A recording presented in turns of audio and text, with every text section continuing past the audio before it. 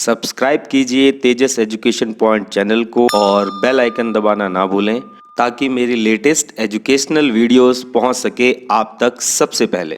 Hello dear friends and students, आज हम 11th class का यूनिट 3 जिसे हम विधायिका के नाम से जानते हैं इसको डिस्कस कर रहे हैं और इसके ऑलरेडी दो पार्ट्स, पहले पार्ट में हमने एक जनरल इंट्रोडक्शन और सेकंड पार्ट में हमने कंपैरेटिव एनालिसिस को पढ़ लिया है। तो जिन स्टूडेंट्स ने उस लेक्चर को नहीं देखा है मैं उनसे रिक्वेस्ट करूंगा कि वो पहले इस वीडियो को यहीं पुश करें और इससे पहले की वीडियो को जरूर देख ले ताकि आप इस वीडियो को यहां से लिंक कर पाएं। और आज का जो हमारा टॉपिक है वो है राज्यसभा और लोकसभा में हम कंपैरेटिव एनालिसिस करेंगे, तुलनात्मक अध्ययन करेंगे और ये आपके एग्जाम पॉइंट ऑफ व्यू से बहुत ज़्यादा इंपॉर्टेंट होने वाला है। तो चलिए शुरू करते हैं आज की क्लास मेरे यानी कि लेक्चरर उदय कुमार के साथ।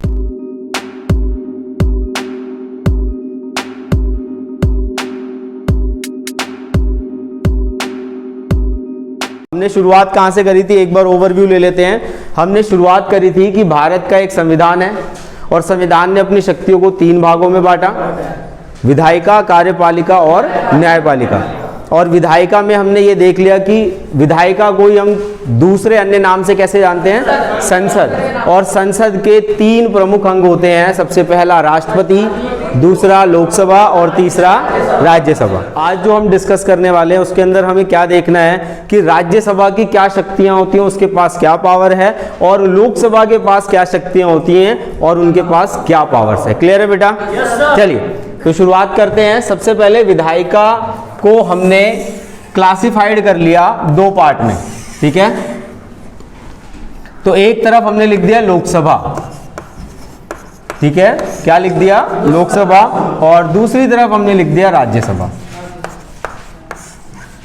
तो अब इन दोनों को ही हम सिमुलेट करके समझेंगे कि इसके अंदर क्या क्या चीजें हैं जो हमें पढ़नी है। क्लियर बेटा?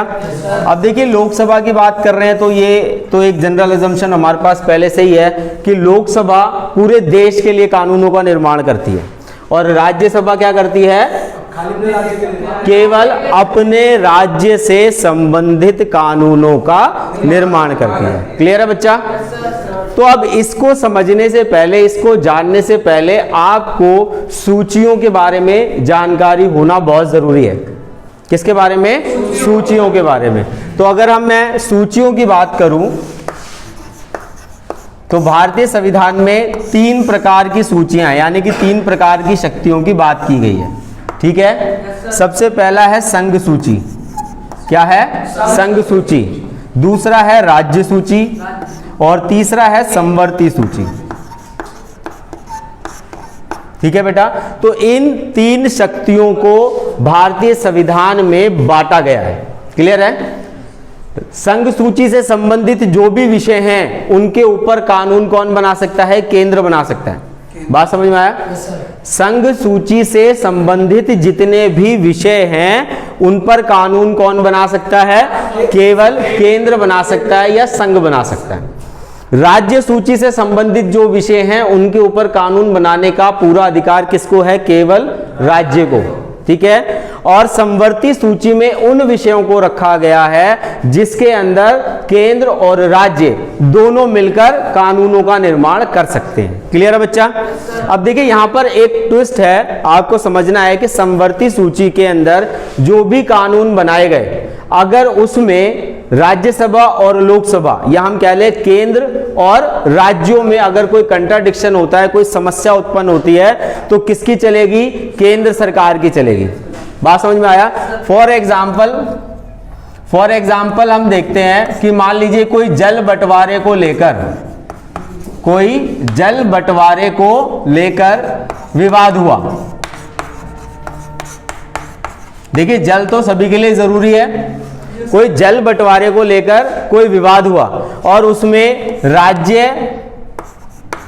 और केंद्र के बीच में झगड़ा हो गया। किसके बीच में झगड़ा हो गया? राज्य और केंद्र के बीच में झगड़ा हो गया। तो यहां पर अंत में किसकी सुनी जाएगी?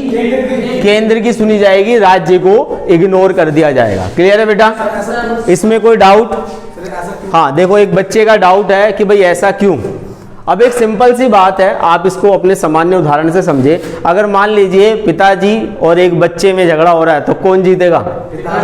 पिताजी जीतेंगे। तो हम क्या कह सकते हैं कि केंद्र क्या है? पिता है और राज्य उनके बच्चे हैं। बात समझ में आई?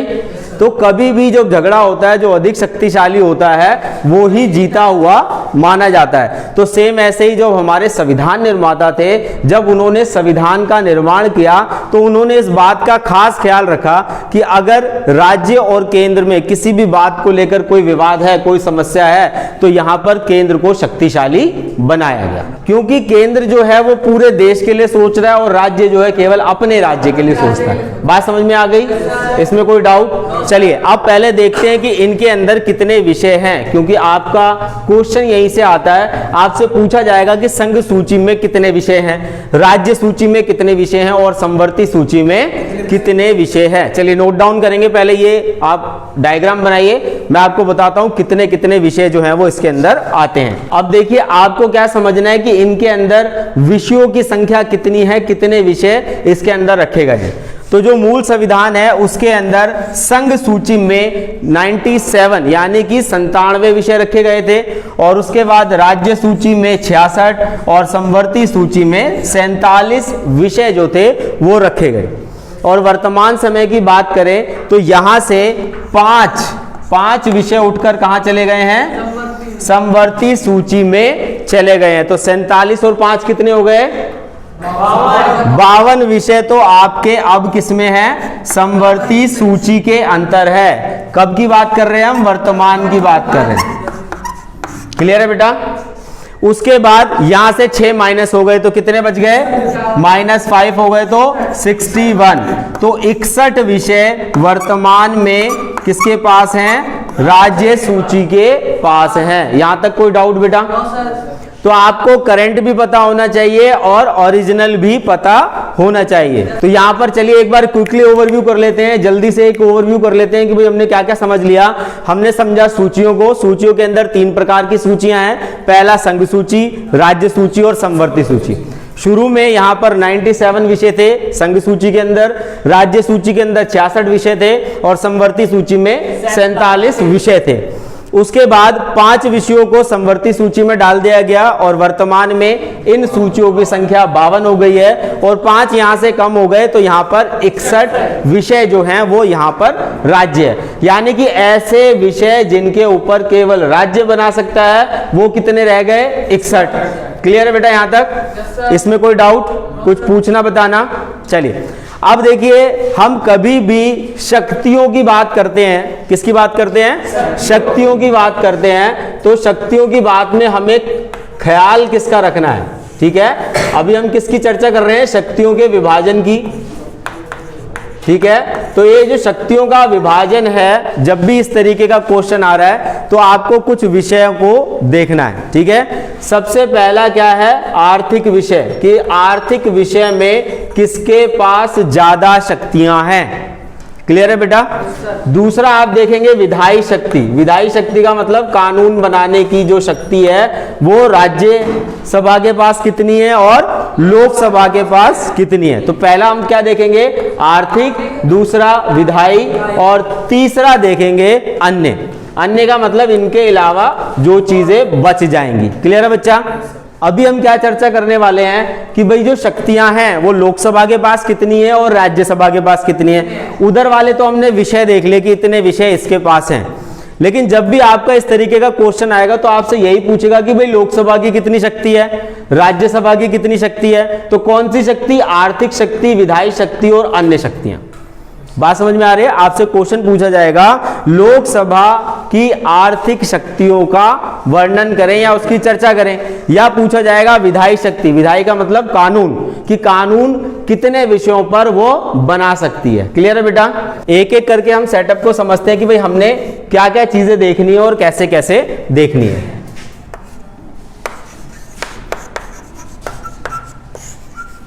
तो यहां पर अगर आप इस पूरे चार्ट को एक बार अच्छे से समझ लेंगे तो आपको सारी चीजें ओरिजिनली समझ आ जाएगी। ठीक है, सबसे पहले हम बात करते हैं सदस्यों की।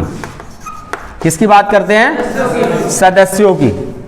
तो लोकसभा के जो सदस्य होते हैं वो 5 वर्षों के लिए चुने जाते हैं। कितने वर्षों के लिए?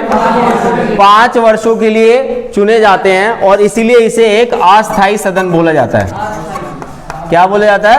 अस्थायी सदन। क्योंकि 5 वर्षों के बाद ये क्या हो जाते हैं? समाप्त हो जाते हैं, ये खत्म हो जाते हैं। क्लियर? दूसरी तरफ अगर हम राज्यसभा की बात करें तो राज्यसभा के जो सदस्य होते हैं उनका चुनाव 6 वर्षों के लिए होता है।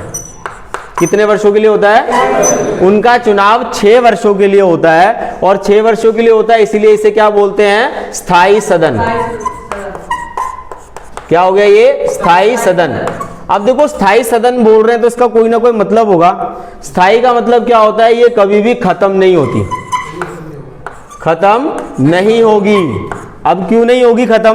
कि भाई 6 वर्षों के लिए चुना जा रहा है तो ये भी तो एक ऐसा समय आएगा, एक ड्यूरेशन आएगा जब खत्म हो जाएगी। तो इसमें क्या होता है कि एक साथ सारे नेता नहीं हटते, एक साथ विधायक जो हैं वो सभी नहीं हटते हैं। हर 2 वर्षों के बाद 1/3 सदस्य चले जाते हैं और उनकी जगह नए आ जाते हैं। तो स्थायी सदन कहने का हमारा अर्थ क्या है कि प्रत्येक 2 वर्षों के बाद, कितने वर्षों के बाद? प्रत्येक 2 वर्षों के बाद, प्रत्येक 2 वर्षों के बाद क्या होता है? 1/3 1/3 सदस्य चले जाते हैं, मतलब सेवानिवृत्त हो जाते हैं और उनके स्थान पर नए सदस्य आ जाते हैं। बात समझ में आई?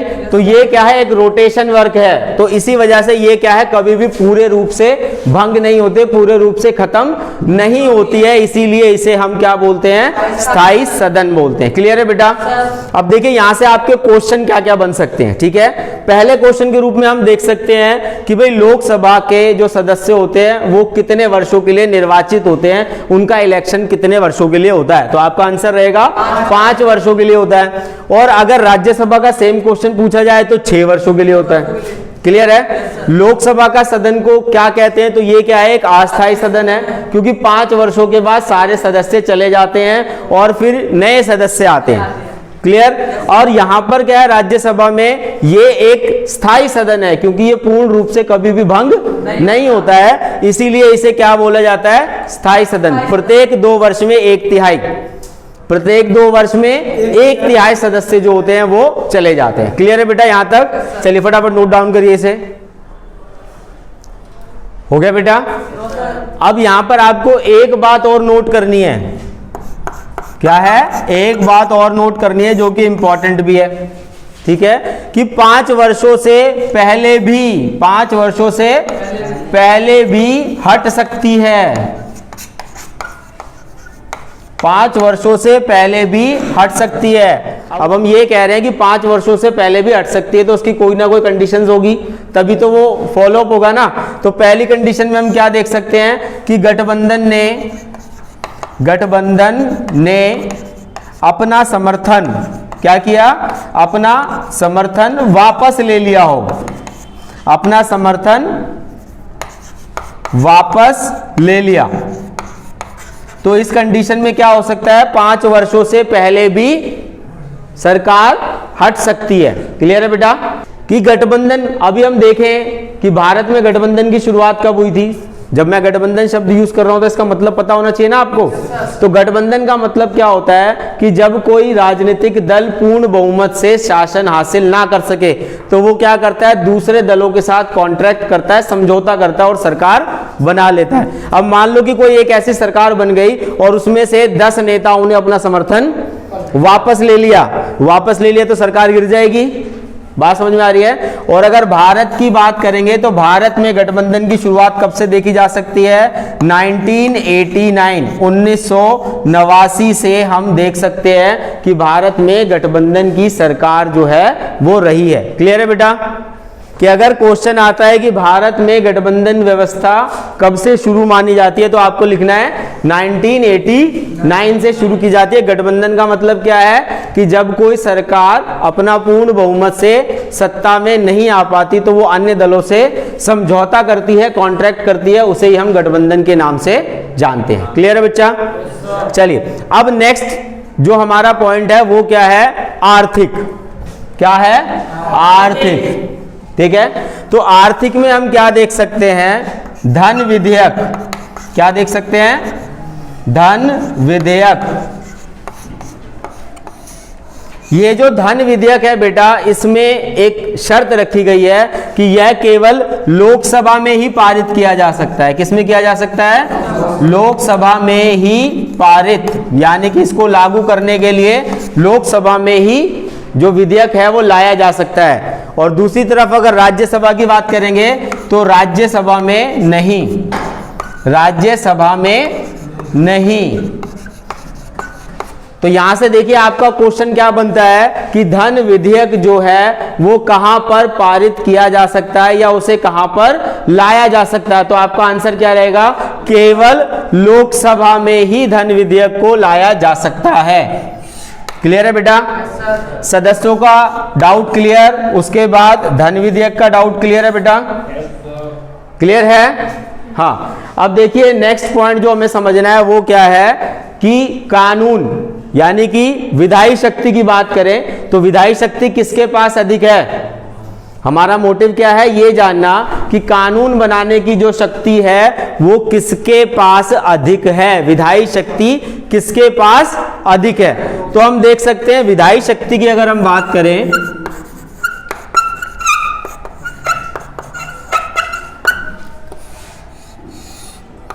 विधायी शक्ति की बात करेंगे तो हम यहां पर पहले ही देख चुके हैं, शक्ति में हम क्या देख चुके हैं कि संघ सूची और राज्य सूची में या समवर्ती सूची में कभी कोई विवाद होता है तो किसकी चलेगी, केंद्र की चलेगी, यानी कि लोकसभा के पास अधिक शक्तियां हैं। इसके पास क्या है, अधिक शक्तियां हैं। ठीक है, दूसरा हम इधर क्या देख सकते हैं कि इसके पास क्या है, कम शक्तियां हैं। किसके पास कम शक्तियां हैं, राज्यसभा के पास कानून बनाने की जो शक्तियां हैं वो क्या है, कम है। किसकी तुलना में, लोकसभा की तुलना में। क्लियर है बेटा।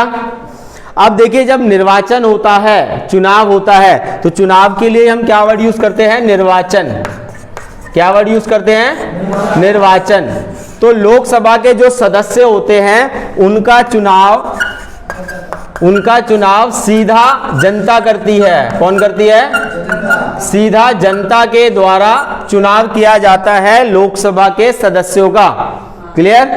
और अगर हम राज्यसभा की बात करेंगे तो राज्यसभा अप्रत्यक्ष रूप से, कैसे, अप्रत्यक्ष रूप से चुना जाता है, या इनका चुनाव जो है वो अप्रत्यक्ष रूप से होता है। अप्रत्यक्ष का मतलब क्या होता है बेटा, कि हमने अपने यहाँ के विधायक को चुन लिया और हमारी ड्यूटी वहां पर क्या हो गई, खत्म। और उसके बाद वो जो विधायक हैं वो किसको चुनते हैं, एमएलए को चुनते हैं, मेंबर ऑफ लेजिस्लेटिव असेंबली। और वो आगे चलकर एमपी को चुनते हैं, मेंबर ऑफ पार्लियामेंट। ठीक है, देखो यहां पर आपको तीन टर्म समझनी है। एक हो गया एमएलए, एक हो गया एमपी और एक हो गया पीएम। ठीक है, तो ये जितने भी एमएलए होते हैं, मेंबर ऑफ लेजिस्लेटिव असेंबली, ये किसको चुनते हैं, एमपी को चुनते हैं, मेंबर ऑफ पार्लियामेंट को, जिसको आप सांसद के नाम से जानते हैं। और ये सांसद मिलकर किसको चुनते हैं, पीएम को चुनते हैं, यानी कि प्रधानमंत्री का चुनाव ये करते हैं। क्लियर है बेटा यहां तक। अब देखिए इसको एक छोटे से एग्जांपल से समझते हैं, थोड़ा सा कॉम्प्लेक्स जरूर है लेकिन ऐसा नहीं है कि आपको समझ नहीं आएगा। अब मान लेते हैं कि हमें स्कूल में एक हेड बॉय का इलेक्शन करना है। किसका इलेक्शन करना है, हेड बॉय का करना है। तो हम कैसे करते हैं कि हर क्लास से हम पहले क्या करते हैं, एक मॉनिटर चुन लेते हैं। अब आपने मॉनिटर चुन लिया, उसके बाद आपका काम क्या हो गया, खत्म। तो मॉनिटर जो भी बोलेगा वो क्या होगा, वो आप सबकी आवाज होगी। बात समझ में आ रही है। आपको कोई भी बात करनी है, कोई भी चर्चा करनी है तो आप कैसे करते हैं, थ्रू द मॉनिटर। अब मॉनिटर चुन के आपका काम हो गया खत्म। अब सारे स्कूल के जितने मॉनिटर है वो मिलकर एक हेड बॉय बना देंगे। तो आपको समझ आ गया कि ये जितने भी मॉनिटर हैं ये मिलकर क्या बनाएंगे, एक हेड बॉय बनाएंगे। और हेड बॉय क्या हो गया हमारा, एमपी, मेंबर ऑफ पार्लियामेंट हो गया। क्लियर है बेटा, इसमें कोई डाउट। अब हमने क्या क्या देख लिया, सबसे पहले सदस्य देख लिए। सदस्य 5 वर्ष 6 वर्ष, गठबंधन से ये हट सकता है 5 वर्षों से पहले भी, अगर समर्थन वापस ले लिया गया हो। यहां पर क्या है, 2 वर्षों के बाद दोबारा से इलेक्शन होते हैं और उतने ही मेंबर्स आ जाते हैं जितने निकलते हैं। धन विधेयक की बात करें तो धन विधेयक कहां हो सकता है पारित? केवल लोकसभा में हो सकता है, राज्यसभा में नहीं हो सकता है। उसके बाद हमने देखा विधायी शक्ति की बात करें तो केंद्र के पास या लोकसभा के पास अधिक शक्तियां हैं, राज्यसभा के पास क्या है? कम शक्तियां हैं। निर्वाचन की बात करें तो इनका चुनाव जनता क्या है? सीधा करती है, और इनका चुनाव अप्रत्यक्ष रूप से किया जाता है, जिसको अभी हमने थोड़ी देर पहले समझा। क्लियर है बेटा यहां तक? चलिए अब देखिए लास्ट पॉइंट जो आपको यहां पर समझना है कि प्रतिनिधित्व का मतलब क्या होता है, रिप्रेजेंटेटिव का मतलब क्या होता है, बताइए बेटा। प्रतिनिधि सर बोलते हैं लोकतांत्रिक व्यवस्था में जनता जिस व्यक्ति को चुनती है तो उन्हें संसद में विधानसभा व्यक्तियों को प्रतिनिधि कहते हैं। शाबाश। तो इस बच्चे ने बिल्कुल सही बताया कि भाई हमने जिसको चुना है, जैसे मान लीजिए कि पटेल नगर में हमने किसी को चुना, हमने इलेक्शन करके किसी को चुना, तो भैया अब उसकी जिम्मेदारी बनती है, हमारा ख्याल रखना किसकी जिम्मेदारी है? जिसको हमने चुना है। तो यहां पर अगर हम प्रतिनिधित्व की बात करेंगे, किसकी बात करेंगे? प्रतिनिधित्व की बात करेंगे, तो प्रतिनिधित्व लोकसभा किसका करती है? पूरे देश का करती है। किसका करती है? देश का। कौन सा? पूरे देश का। और राज्यसभा किसका प्रतिनिधित्व करती है? केवल अपने राज्य का।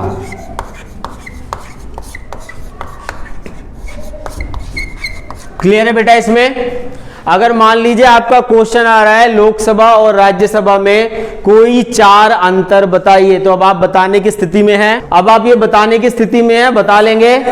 चलिए पहला क्वेश्चन लिखिए फटाफट। लोकसभा और राज्यसभा में कोई 4 अंतर बताएं। अगला क्वेश्चन लिखेंगे धन विधेयक किस सभा में पारित किया जा सकता है?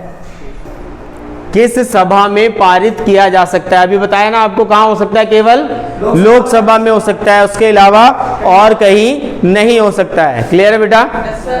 अगला क्वेश्चन लिखेंगे किस सदन को स्थायी सदन के नाम से भी जाना जाता है और क्यों? किस सदन को स्थायी सदन के नाम से भी जाना जाता है और क्यों? तो स्टूडेंट्स आज की क्लास में बस इतना ही। अभी इस पूरे चैप्टर से जो कि हमने समझा, इसके लिए आपको पूरा एक क्वेश्चन आंसर का जो सेट है वो आपको नीचे डिस्क्रिप्शन बॉक्स में पीडीएफ फॉर्म में मिल जाएगा। आप वहां से डाउनलोड कर सकते हैं और उसको अपनी कॉपी में जरूर नोट कर लें। हम केवल उन्हीं क्वेश्चंस को, उन्हीं प्रश्नों को यहां पर डिस्कस करते हैं जो कि आपके एग्जाम पॉइंट ऑफ व्यू से इंपॉर्टेंट है। तो मिलते हैं आपसे नेक्स्ट क्लास में, जहां पर हम कार्यपालिका को डिस्कस करेंगे। तब तक के लिए जय भीम, जय भारत।